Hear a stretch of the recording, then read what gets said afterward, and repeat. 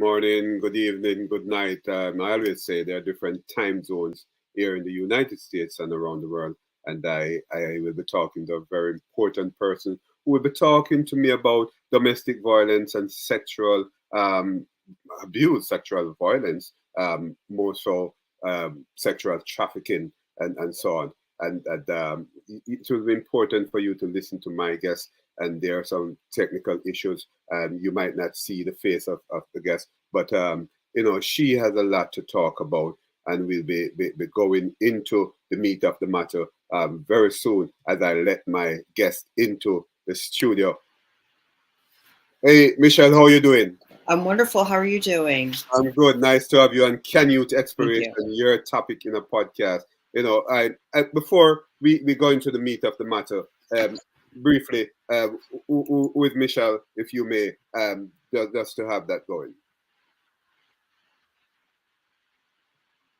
Okay, I'm sorry, you broke up just a little bit. I was asking, who is Michelle, professionally, if you may. Uh, Michelle is a healthcare worker, and I am a mother and a community involved representative, and come from a large family. But I'm somebody that you would see when you would go out at your local grocery store Yeah, or at a religious organization. I look like everyone else. That's who I I love am. that. Hmm. I love that. Hmm. I love that. Hmm. Your childhood. I have to ask my guests Hmm. about their child, Sure. just to Yes. bring things into perspective, because we can have some very, very challenging childhood and Hmm. growing past that. So Hmm. tell me about your childhood, Michelle. Well, I'm the youngest of a lot of children, and I come from a large family, like I said. And my father's a medical professional, and my mother supported him in that.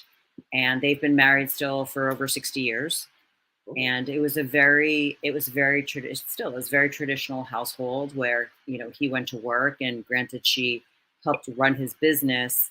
He was essentially the breadwinner. He took care of those, masculine things, especially back then, yeah. that most men did. And she kept the home and took care of all of us, and did that. It was a very strict home. There was a lot of religion and music and things like that. And there was a lot of philanthropy, giving back, and traveling as a family. But it was very traditional. It was Oh, extremely traditional. Yeah. that's great. So you have had a very an experience of traveling and so on growing up, right? Yep. Yep. A lot of trips to Jamaica. A lot Ah, of trips to those Caribbean islands. I love it. I love it. Absolutely I loved love it. it. Mm-hmm.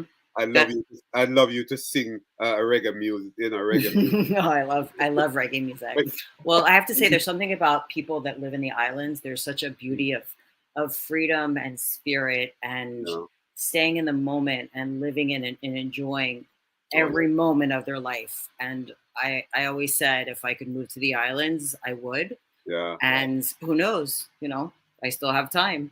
Tell you, I put Yeah. you on the spot here though. What do you Hmm. love most about Jamaica? The people. There's Okay. no question about it. The Yeah. people. I mean, everybody is so loving and welcoming, and you know, um, even when they argue, the passion is there, and the Yeah. belief in God. And Yeah. Yeah. Jamaica is known for their food also, and of Yeah. course we talked about the sweets, but also the fresh food Yeah. and the fruits. And there's a passion for cooking, and I just love all of that. I do. I really do. Yeah. Yeah. Yeah. It's Yeah. amazing. You have gone through sexual violence, I suspect. Yes. I'd like to talk a bit about that. Tell me Okay. about your sexual violence experience. Okay. Well, I was married for well over 20 years, and everything I thought was okay for many of those years, over 15, because I also created a home that was very traditional, Mhm. raising children, being involved in the school, in the religious organizations and women's organizations. Yeah. But I didn't know who I was really married to. I didn't know that there were drugs being used at my wedding. I didn't Oh, know, yeah, I didn't know that there were things happening while I was creating this happy life and doing fundraisers at my home, or, holiday dinners and events. And I didn't know that he was off doing things with other people. Yeah. And so what happened was in the last few years, I really realized that if I didn't really attach myself to him, that Mhm. I would have lost him. And, Okay. I realized that again, his attention was in other directions. Hmm. And I had a traumatic experience where I lost someone very close to me, and I realized that I really wanted to live my life to its fullest. Yeah. And I made the mistake of telling him because I didn't know what that meant to him. Our ideas of that were very different. Yeah. And he took me down a path that I did not know existed. I didn't know what what was there. Nobody really does, Hmm. except for those that live in it, and that included alcohol and drugs Yeah. and um, sexuality and all of that went on. It was something out of a movie, Right. and I wasn't the same person who took care of her kids and other people's children versus that. It was like living two different lives, Right. and it got to the point where our life only became, because he wanted it only to become, about drugs and alcohol and parties, and Yeah. then his trafficking of me throughout those years. That's where I want to go. Okay. Trafficking. Trafficking. Yes. How did Hmm. this sex trafficking started? Apparently, it's associated with your husband, your Hmm. ex-husband. Yes. But Yes. talk to My me about the ex-husband. trafficking, the sex trafficking. Sorry. Well, it started very gradually, and I say it's like the story of, if you put the frog in a pot of boiling water, it's going to jump out, Hmm. or if you put it in cold water and you slowly turn up the dial and it gets hot and it starts boiling, the frog eventually dies Right. because it doesn't realize it. And that's exactly what happens. Everything started off very mild and slow, and then he was very strategic about turning that dial. And what happened was, um, I had guessed, assumed now, looking back on it, that he was doing all these things without my knowing or without my involvement. And then what Yeah. he did was he brought me into his world. And that included, our being in a hotel room, out of town. And I went upstairs and was waiting for him, and he walked in with somebody else. Oh. And I Mhm. thought it was a random experience, and I said no, and no was never an option for me. I Yeah. said it, but he wouldn't accept it. And the more I said no, the more the drugs came out, and there was a lot of coercion, as you can imagine. Yeah. And and I was so naive. And looking back on it here, where I'm in a safe spot, I can see what was going on now. But Yeah. back then, I didn't. And then, meeting friends and different groups of friends, where it was like, I was the prize. It Right. was, let me show what I could do for my wife. He put me on display. And, I reference it to being like a circus animal. Yeah. And it's, putting me on a table and telling his friends that they could do what they want. And, Yeah. he controlled all of it. And even Yeah. when they said no, he made sure that the drugs came out and more drinks. And, I never made my own drinks. He made them, his friends made them. So, Yeah.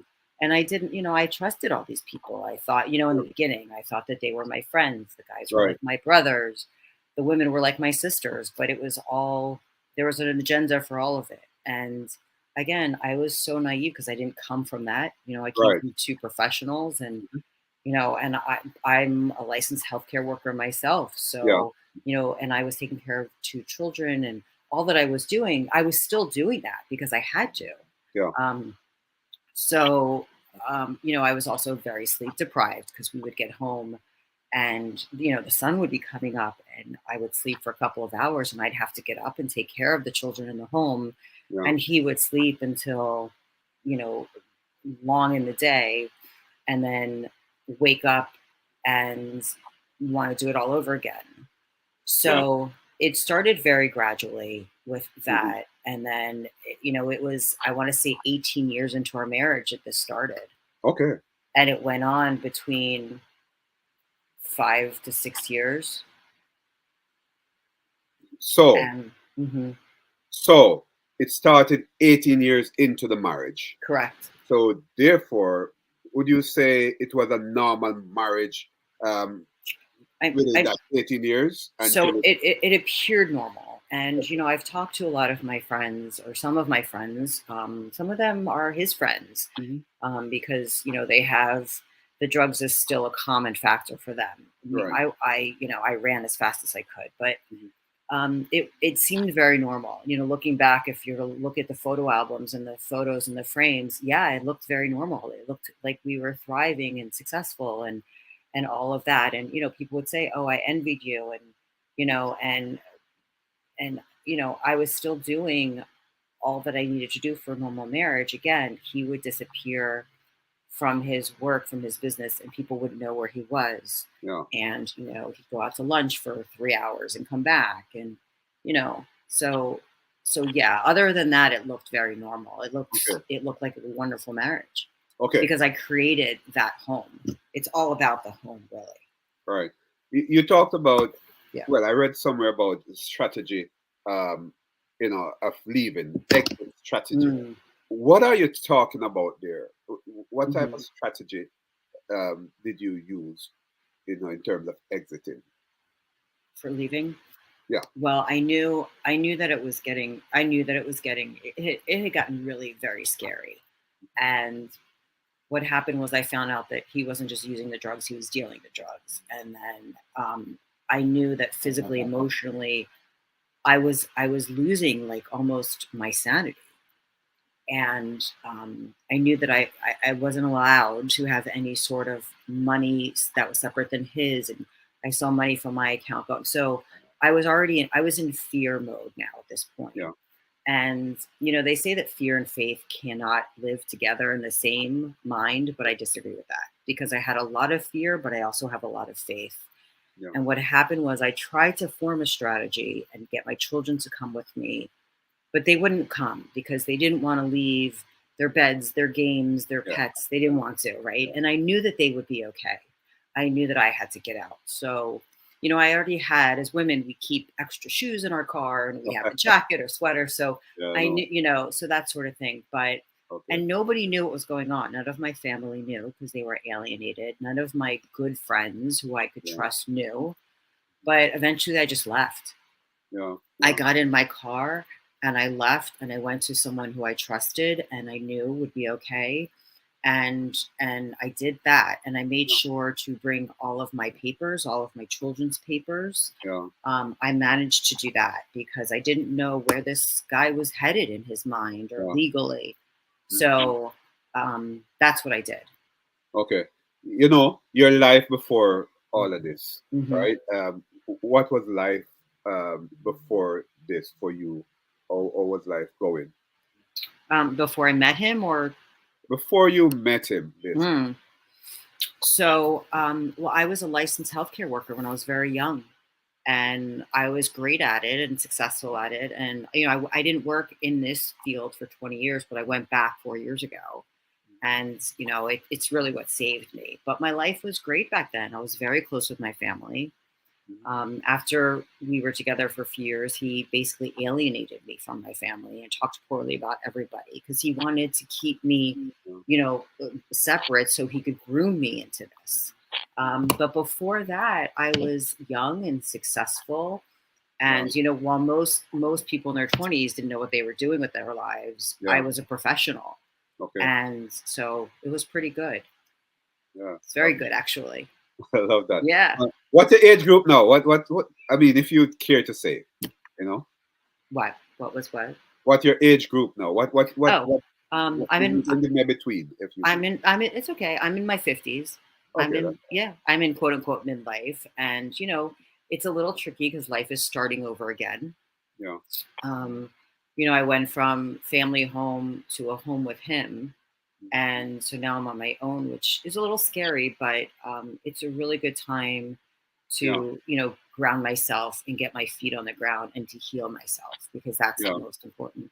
And of course, I'm still, even though my children have gotten to be adults now, I Yeah. have one that I'm taking, she's going to college, and the other one, Okay. yeah, she's going, yeah, and then the other one, I'm still helping manage him with his life because he's in his young 20s. And Yeah. Okay. I'm still the mother I've always been, and I always was.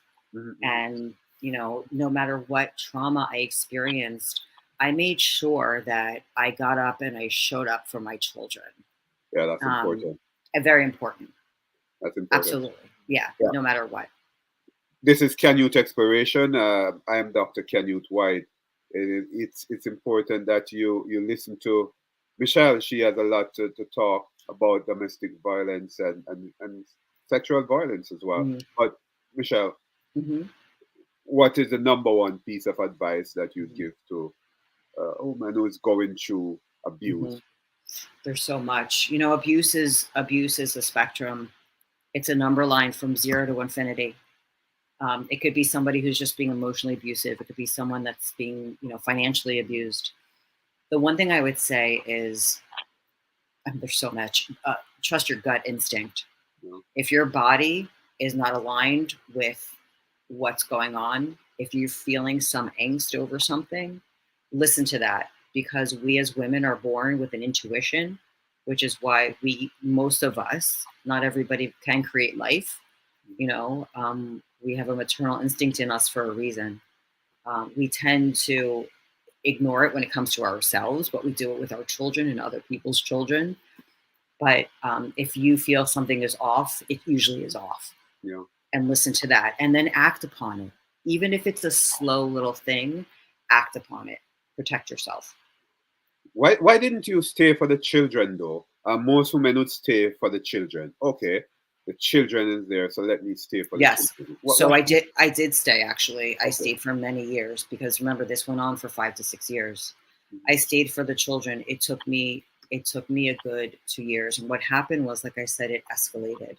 So he started off, again, there was strategy. He started off very slowly, but by the time I left, I knew that if I didn't leave, I wouldn't be alive in a week, Yeah. because I couldn't control my mind at that point. He had me, the whole gaslighting term. He had me running in circles. Physically, I wasn't well. We would go out to dinner, and I'd have a sip or two of a cocktail, and I'd wake up on a bathroom floor, and I didn't know how I Yeah. got there. So things were happening to me that, I'm the kind of person, when there's an accident on the street, I run Yeah. to it. When somebody's having a seizure, Yeah. I run to it because I know medical emergencies, and I Right. had to do that. I had to do triage on my own self, Yeah. and I knew something was wrong, and I had to escape the situation. Yeah. And even my daughter, she was 12 at the time, and she's very sharp. And she said to Yeah. me, "Go. I will be fine. Go." And so what I did was I didn't leave and disappear. I Yeah. went every single morning to wake her up for school. I got her dressed for Oh, school. Oh, yeah. I was scared to death. interesting. But I drove in the dark from one Yeah. house to another Mm. because she was entering high school. And I knew, as a mother, I would not let my children think I abandoned them. So Yeah. I still Yeah. showed up. Like I Yeah. said, I had to make sure that they knew my roots were still in the ground. So I showed up. Yeah. I took her to school. Then I would go to prayer services and I would connect with God and all Yeah. that I needed to do. And I started setting myself up within a month and a half, I got into my own apartment. But I made sure that I picked up my child at Yeah. school and I went back and I made sure both my kids were fed and they had their Yeah. snacks and she did her homework. And then I didn't sleep at the house. Okay. Right. So I made sure I wasn't near him. I didn't eat anything from the house. I made her lunch at the house I was sleeping at that was safe. So Yeah. I did as much as I possibly could without being in the same vicinity as this person. Did the law gets involved in this? I tried to, but they wouldn't give me a restraining order. Okay. DCF showed up at the door because I spoke with a police officer, and there's a safe in the room, and they didn't look in the safe. Okay. But now my children are aware of what's going on. Oh. Okay. And they're older, they're adults, and she chooses not to be around him because she knows it's not safe. Yeah. Yeah. And and it's hard. It's a hard situation because I try and even make excuses now because I feel for any child who doesn't have a good feeling about their parent. I don't want that Yeah. to be the case, but the generation now, they're so smart and they're very Yeah. I intuitive. tell you, right? They Yeah. really are, and they're intuitive, and she's like, it is what it is, Yeah. and as long as I'm here and I'm the strength of what my kids need, no matter what. And I always said, nobody's going to stop me from loving people in yeah, general. yeah. I don't carry hate. I carry forgiveness. I'm still working on that piece, of course. All right. Um, but, I realized that I survived for a reason. Yeah, And, I from the floor to the door, there's a reason for that because yeah, yeah. I I'm did. gonna come to that. I'm Okay. gonna, I'm So, gonna come to that because okay. I like the concept, Okay. or I'm seeing it in my mind. But you're gonna Yeah. explain it to me. But look, you Hmm. might have alluded to this, but Hmm. how do you balance? How did you balance being a mother? You were Hmm. there, Hmm. especially when you were actually there Hmm. physically, and Hmm. being abused. How do you get that balance together? When you're a parent and you have been working so hard on making sure your kids were okay in every sense from day one, I think it's just, I'm just a very determined, resilient person, I've realized. Yeah. So I have two kids that are special needs. Okay. And from the moment they were in my womb, even, I Yeah. was bedridden. I had hard deliveries. Yeah. One was developmentally delayed. The other one had other issues. So I had a whole team of doctors and teachers Okay. um, and advocates for my kids. So, and I'd fight the school board for their rights or the doctors and whatever it was. Mm. So I was already, that's who I am. Like I said, I'm the type that runs to an emergency. I don't run away Yeah. from it. Right. So I don't know, somewhere in my brain, I was able to make the distinction between the two. Yeah. Yeah. And, no matter what was going to happen, I was going to show up for my children. Yeah. And I showed up for not just my children, but other people's children too. Yeah. Because, I'm an advocate for other Okay. people's kids and special needs kids. And, now I'm an advocate for women that are abused. It's just who I am. I come from a long line of strong female ancestors. I love that. And, I say that that blood is running through me. I mean, we all are. Yeah. And that blood runs through us. Yeah. And I stand on their shoulders, so to speak. And, I have pictures of them all over my home. Yeah. And I look at their pictures and I talk to them. And when I'm having a weak moment, Mm. I look at them and I can almost hear what they would say at that moment. And I think that if we can tap into that, our ancestors and the lineage that we all come from, Yeah. there's wisdom there. Yeah. Yeah. So, for me, I had no choice. I just Yeah. did it. You But sound Caribbean. I love that. well, I spent half my life over there. So in Right. the Caribbean, in the islands, yeah, I loved it. The Leeward Uh, Islands. Hmm. I love Yeah. that. I love Hmm. that. It's Look, true. look. It's nice that you're giving back. You have said that. Hmm. But before I go to this, from the floor to the door, Hmm. let me ask you this whole thing about the lasting effect that it might be having on you. Hmm. Because it might be mental Hmm. challenges. Depression, Hmm. post traumatic, Yeah. stress disorder. I heard that. Yes. Yeah. Right? So talk Yeah. to me about what's going on there. Okay. So I was diagnosed within a month of my leaving. Now, I think maybe it was 2 weeks even, Yeah. with chronic PTSD. Okay. And, most people don't realize that there's a PTSD and a chronic PTSD. Yeah. And, I'll explain PTSD is if you have one experience Yeah. perhaps that's traumatic and, you're either in an involvement of some sort of an emergency or you see something that's horribly traumatic, Mhm. it's PTSD. Chronic PTSD is when you experience thing over time. Right. What I experienced was well over a long period of time. And so I was diagnosed with chronic PTSD, depression at that time, a little bit of ADHD, but Okay. that's where grounding comes in. Yeah. Um, so my nervous system has definitely had some effects, Yeah. not only because of what was done to me. I never knew what to expect. When he would come home, I wouldn't know who I'd get. Yeah. Um, I didn't when we would go out to dinner, I didn't know what to expect. I thought it would just be he and I, and before I know it, it's a group of people and he's meeting strangers at the Yeah. bar and so I didn't there was a lot that went on. And Yeah. so I can get triggered easily. Um, Okay. I'd be working on my patients and I would have a panic attack. And Oh, yeah, and you have to learn how to manage that. yeah, And definitely. I did, and I still do. And that's the kind of stuff I want to teach other people, because we still have to live our lives. Yeah, We do. And no matter what you do for a living, and being a mother, you're always on. Being a parent, you're always on. yeah, So, you can excuse yourself for 5 minutes, but most people that have any sort of abuse, you will have panic attacks throughout the day. yeah, It is what it is, as my kid would yeah, say, and you have to learn how to manage that.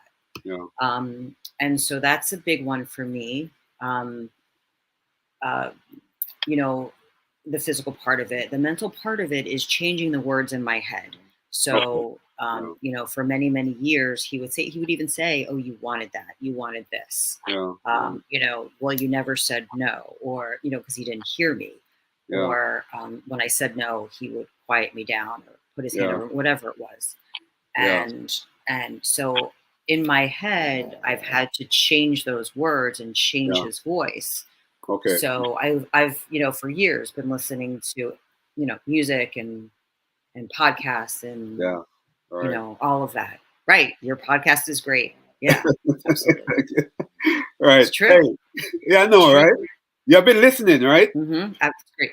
Oh, absolutely. I was listening to Stephanie Olson the other day. Yeah, Oh, cool. she was a great one. Yeah, I took some notes on it, and absolutely. I liked a lot about that she talked about. It's Yeah, true. thank you. One of the lasting effects is self-esteem. I mean, there's no doubt about it, and Yeah, safety. yeah, And it has to be. I am safe, and I am protected, yeah, and I was protected all those times. I realized one day that I wasn't alone in all those moments that were really scary. yeah. But I was protected, because otherwise I wouldn't be here talking to you. Right. Yeah, I love that. Absolutely, Yeah, I it's love true. that. Yeah, I love It's that. true. And as you said that, I well, you're listening to Canyouth Exploration, your topic in the podcast. I am Dr. Canyouth White, Hmm. talking to Michelle. Michelle, having said that, from the floor to Hmm. the door, I am conceptualizing that in my mind. I Hmm. don't want to tell you how I'm conceptualizing it. Okay. So I want you to tell me what's the Okay. concept there. Okay. So while all this was happening, there was a lot of emotional abuse. There was a lot of verbal abuse. Yeah. There was a lot of shame thrown my way.